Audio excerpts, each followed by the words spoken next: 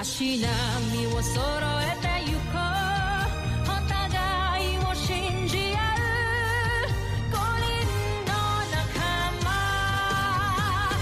オルテス5に預けた命飛ぶぜ宇宙の果てまでもみんなの笑顔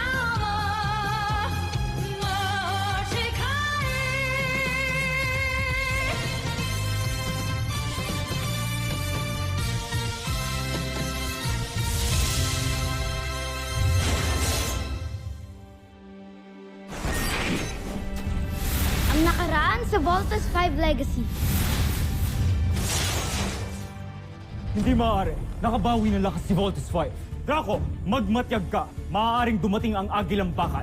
Ultra-electromagnetic ball engaged! Looks like the ultramagnetic ball is working. The energy reading is stable. Team, tapusin nyo na! Ultra-electromagnetic ball! Hindi nila alam. Hihigupin lang ng aming Beast Fighter ang enerhiyang yun. Dr. Hook, yung energy level ni Voltes 5, it's going down! Pinag-aralan ko lahat ng plano na iniwan ng Mechanical Eagle. Wala akong nakitang mali. Guys, watch out! Kawawang Voltes 5. Voltes Team, ano nangyayari? Bakit di kayo lumalaban? Wala ng energy si Voltes 5 para lumaban. Sabihin kayo sa likod nyo. Andiyan na ulit ang Mechanical Eagle. Sundin nyo na lamang ang bawat sasabihin ko kung ibig nyo makaligtas. Sundin nyo ang sinasabi ng Mechanical Eagle. Finger missile! Steve, can we trust this guy? Park, we have no choice. Nakikita mo ba ang pulang pindutan na ginagamit nyo para mag-vaulting? Subukan ko ulit ito. Teka, anong nilalagay mo dyan? Wow, stabilizing yung energy natin. Then let's do this. Ano pang inihintay mo? Tapusin mo na si Voltes 5. Ultra-electromagnetic ball! It worked! Steve, do it now! Now! Yeah! Pero sino kaya yung piloto ng Mechanical Eagle na yun? Habulin natin! Full thrusters now! Bilis! Sobrang bilis siya. Hindi na natin siya maabutan. Basta inyong paglalayan. Hindi tayo binigo ng sasakyang Agila. Napakahusay talaga ng pagkakalikha dito. Anong ulat tungkol sa bago nating kalaban? Gawa ang Agilang Bakal sa kakaibang metal at higit ang lakas nito kumpara sa ginagamit ng ating mga Beast Fighter. Wala pala talaga tayong kalaban-laban sa kanila. Ngunit huwag kayong mabahala. Meron ako naiisip na paraan upang mapigilan ang Agilang Bakal. Magaling. Gawin mo ang iyong plano sa lalong madaling panahon para mapigilan natin ang Agilang Bakal. Masusunod, Joffrey.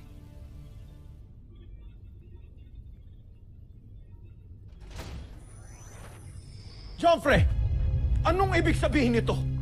Bakit hindi ako nasabihan na may pagpupulong? Tapos na ang pagpupulong. Joffrey! Meron akong naisip na taktika para labanan ang Agilang Bakal. Taktika baka mo. Kwento mo sa mga sundalo.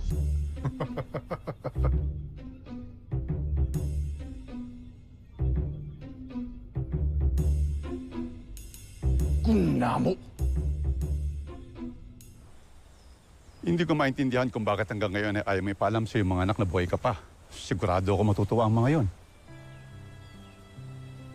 Ligtas ng aking mga anak at kaya nilang ipagtanggol ang kanilang mga sarili. Ngunit ang mga naapi sa Buzan ay hindi. Kaya hanggat hindi pa tayo tuluyang malaya, ipagpapaliban ko muna ang muli naming pagkikita. Hanggang handa na ang Solar Bird na nagtatago sa kalawakan. Dahil kailangan na magsanib puwersa ng Solar Bird at ang himpilan ng Voltes 5 na Camp Big Falcon. Yun lang ang paraan upang mas mapabilis ang pagbalik natin sa Buzan at mawakasan natin ang sakim na pamumuno ni Sambojil.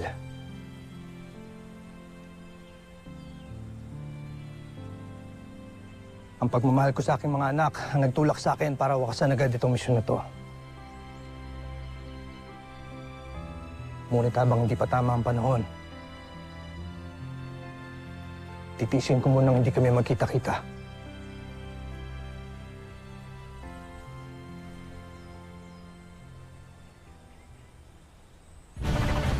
Tingnan natin kung makakatakas pa ang Agilang Bakal sa mas pinabilis at pinalakas nating mga sasakyang pandigma.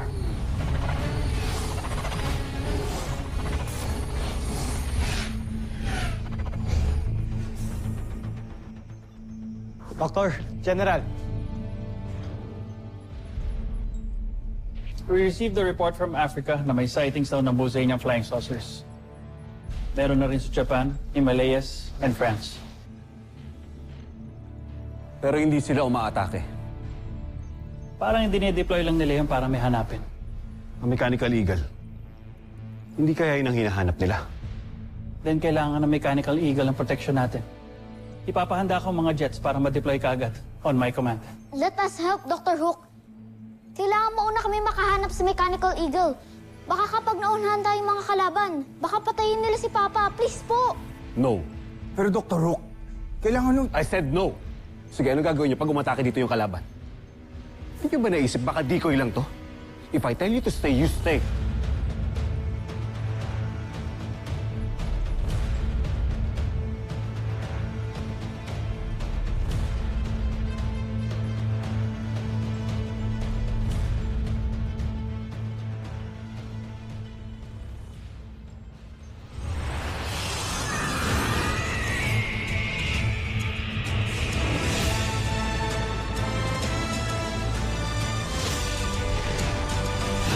Tama ang inala ko. Dito sa camping pato natin matatagpuan ang Agilang Bakal. Sige, huwag niyo siyang tatantanan.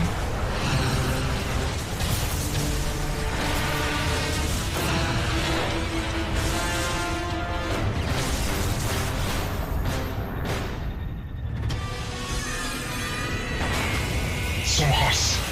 Bumagsak na ang Agilang Bakal.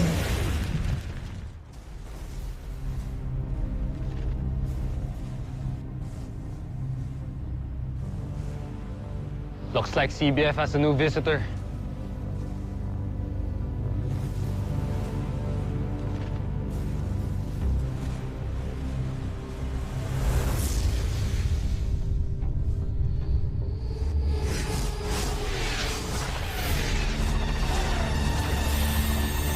Protect the Mechanical Eagle at all costs. Engage the enemy. Bomber missiles! Lander missile! Frigate missile! Panzer missile! Skyrocket! Tunan mo ang Voltes 5. Alright, team. Let's rock!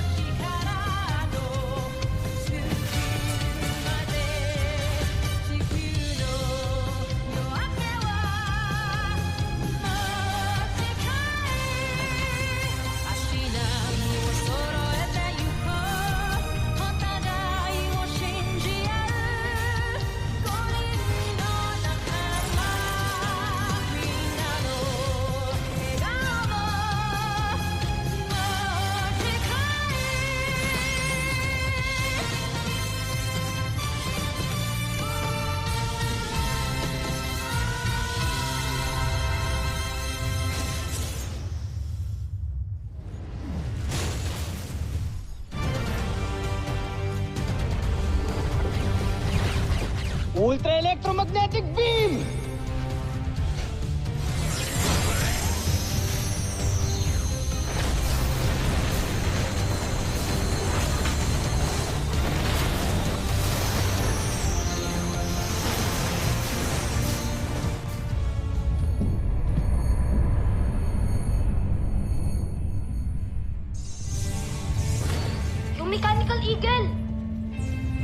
Scanning for biosigns. One detected but critical. We need to bring it back to the camp. Jamie, alert CBF. We're on our way.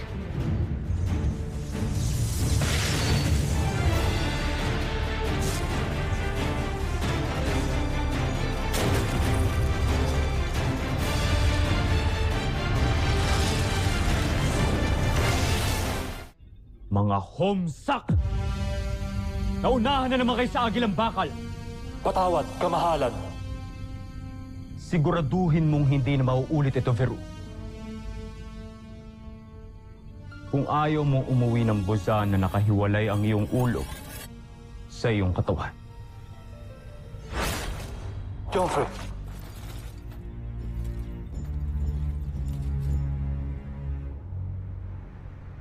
Maraming salamat at niligtas niyo ako. Sino ba sa inyo si Steve? Big Bert at Little John? Ako si Steve. Bakit niyo kami nahanap? Teka, bakit alam niyo yung pangalan namin? Sino ho ba talaga kayo? Ako si General Watson. Malapit kong kaibigan ng inyong ama. Si Papa? Buhay siya? Buhay na buhay. At nagtatago siya sa isang bundok dito sa planeta ninyo. Tama ka. Buhay pa si Papa. Kuya, gusto ko naman kita si Papa. Puntahan natin siya. Tara. That's a good plan. We'll request for escort mula sa EDF. Maaari mo bang sabihin sa amin kung nasan si Dr. Armstrong? Kinalulungkot ko. Pero sa ngayon, hindi ko muna maaaring sabihin sa inyo. Naghahanda siya para iligtas ang aming mga kasamang rebelde laban sa Imperyo ng Busan.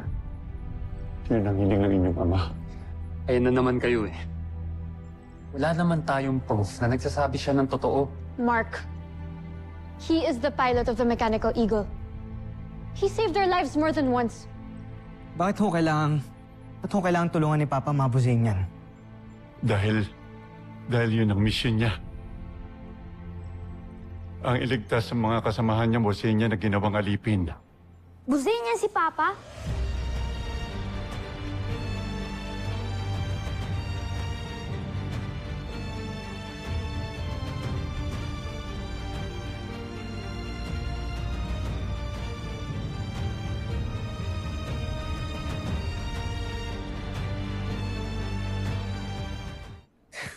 Sorry, that's impossible.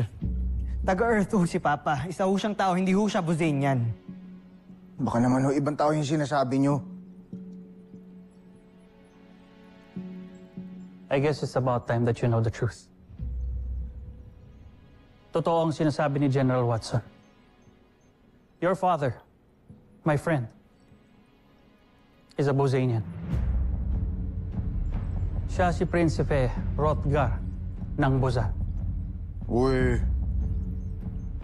paano naman nangyari yun, General? Pwede ho bang sabihin niyo na sa amin lahat? Para hindi ho kami nagugulahan. Mabuting tao ang inyong ama. Hindi niya kasalanan kung paano siya napunta dito sa inyong planeta. Nagsimula ang lahat ng pinanganak siya.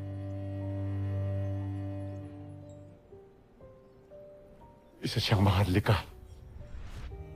Ngunit pinanganak siyang walang sungay. Dito magugustuhan ng ibang mga maharlika, mahal na ministro. Kaya ba gusto ninyong manahimik na lamang ako at wala na lang gawin? Laban sa kalupitang matagal lang nangyayari sa Busan? Anak, matagal na sanay ang mga alipin sa pagtrato sa kanila. Hindi mo na sila kailangang ipaglaban. At bakit hindi? Gayong katulad ko rin sila.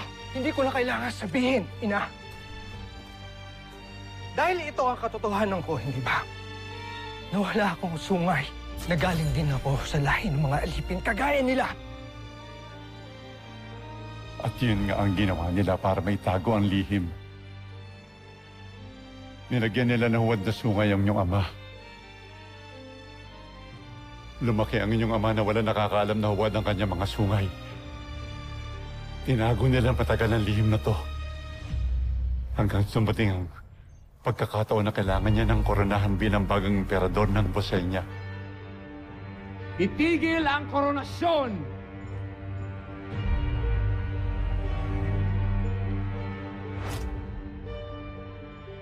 Walang karapatan na maging emperador ang isang traidor. Ito ang patunay na matagal na tayong niloloko ni Rothgar. Ang ministro na hinahangaan ninyong lahat ay nagmula sa lahi ng mga alipin! Dahil dito ginawa nilang alipin ang inyong ama. Kinulong naman at namatay ang kanyang unang asawa. Sobrang naghirap ang inyong ama sa imperyo ng Bozal.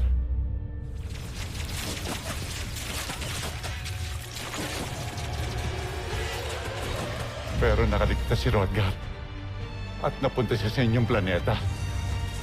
Pinunong Rothgar, hindi na tayo mananalo. Kailangan mo na kaming iwan. Magkasama tayong tatakas. Ikaw ang pag-asa ng himagsikang ito. Hindi ka pwedeng mamatay, kaya iwan mo na kami! Pinapangako ko. Babalik ako para palayain ang mga alipin. Sinusumpa ko.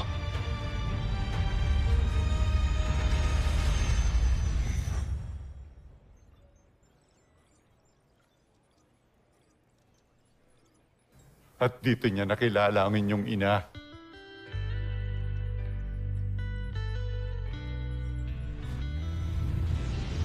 Okay ka lang ba?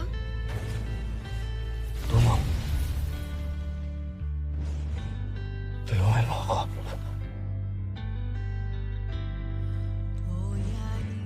Mahal na mahal ni Rothgar ang inyong ina.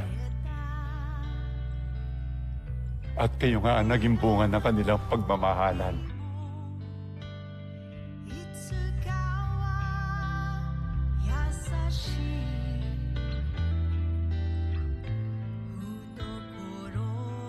Ang pagmamahal din ng inyong ama kung kaya niya binuo ang Voltes 5. Ito ang ating magiging technical plans para sa ating ultra-electromagnetic Volt-in fighting machine. And we will call it Voltes. Voltes 5. 5 sasakyan ito na kapag ka nag-combine o nag-vote-in ay makakabuo ng isang malaking fighting robot na siyang magliligtas sa planetang Earth. Para maging handa ang inyong mundo sa pananakop ng Bosenya. Your father is a man of his word. Noong natapos ang project ng Voltes 5, umalis siya para bumalik sa Bozan. Ba natin gagamitin ang spaceship niya? Ito ang gagamitin ko para makabalik ako sa aking pinagmulan. May mga pangako pa akong kailangan tuparin. Hindi na siya nakabalik dahil nakala natin napatay na siya. Kaya pala siya umalis. Tiniwan tayo. Ngayon ay alam na rin natin kung bakit mas iba tayong tatlo kaysa sa akin na Ate Jamie. May lahi tayong Bozenians.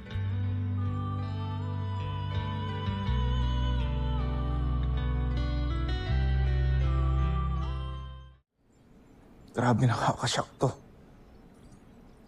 It doesn't matter, Big Bert. To us, hindi pa rin kayo naiiba sa amin. Tanggap pa rin namin kayong magkakapatid. Thanks, Jamie. I'm proud of them. Katulad si Mama and si Papa. They believe in the cause and they sacrifice themselves. Bumalik si Papa sa Bozan dahil meron siyang pinangako sa mga kasamahan niyang Bosenya. At tinupad niya yun.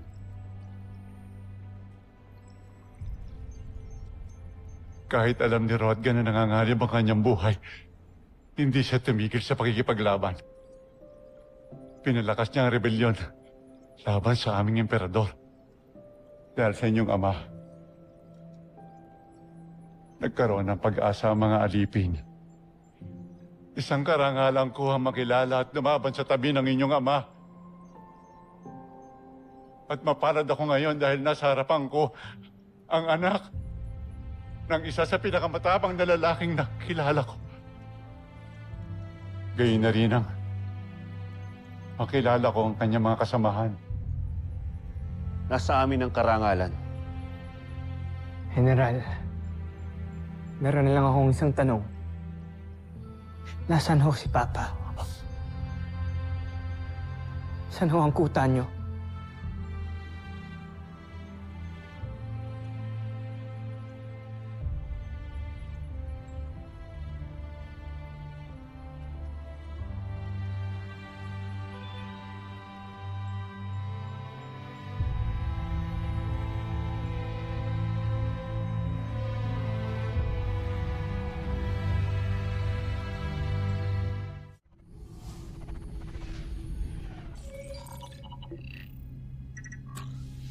Joffrey, si General Watson ang nagpapalipad ng Agilang Bakal. Pero tiyak ko na hindi siya ang may likha nito.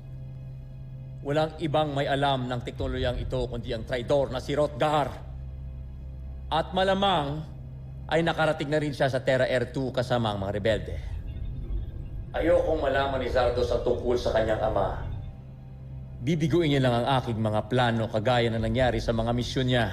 Lahat palpak! Ititikom ko ang aking bibig, mahal na Emperador. Sa halip na ikaw ang manahimik, bakit hindi si Zardos ang patahimikin mo?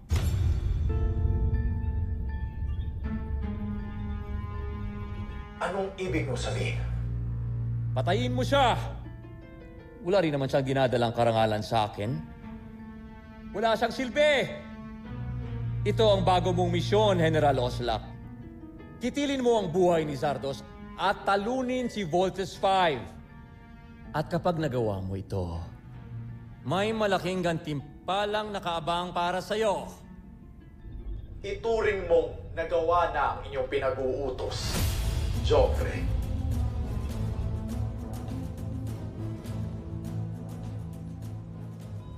Watson! Watson!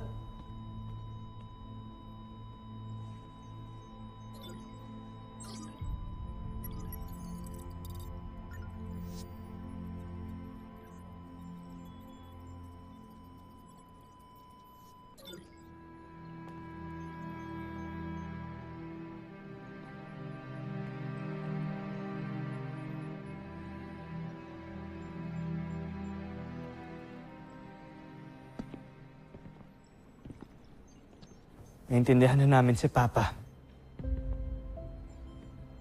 At katulad niya, pinapangako naming Voltes team na ipaglalaban namin at ipaghihigante ang lahat ng inaapi ng mga Bosenian.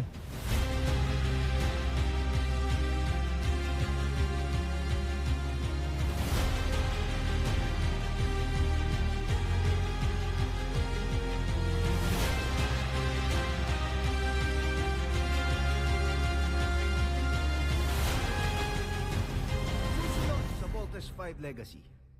Wala na akong maasahan sa inyo! Puro kabiguan at kahihiyan ang aking nakakamit! Patawarin mo ko, Joffrey. Buhay ko na lang ang iaalay ko para sa'yo. Mahal kong prinsipe. Aerial reconnaissance clear. Nakita ko na rin ang isa sa mga Voltes 5. Umanda ka ngayon sa akin. Speaking of Steve, nakita ko kasi umalis siya kanina eh. Alam mo ba kung saan siya pumunta? Tawagan mo kaya? Ute, bakit ako eh? Ikaw yung curious dyan. Sige, check lang. Sandra, bumalik ka dito, may hirapan ka sa gupain ng Armstrong na yan. Naiintindihan mo? Tatapusin na kita, Steve Armstrong. Para sa aking Prinsipe Zardos! Ano yun?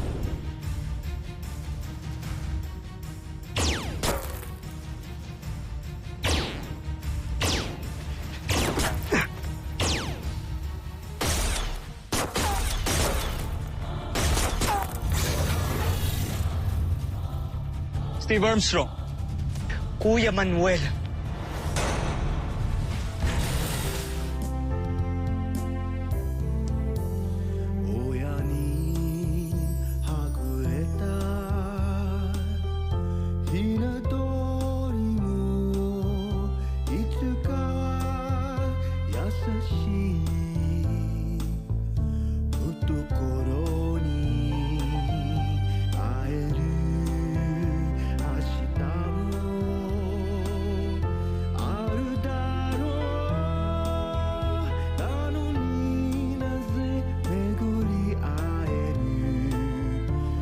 Gino.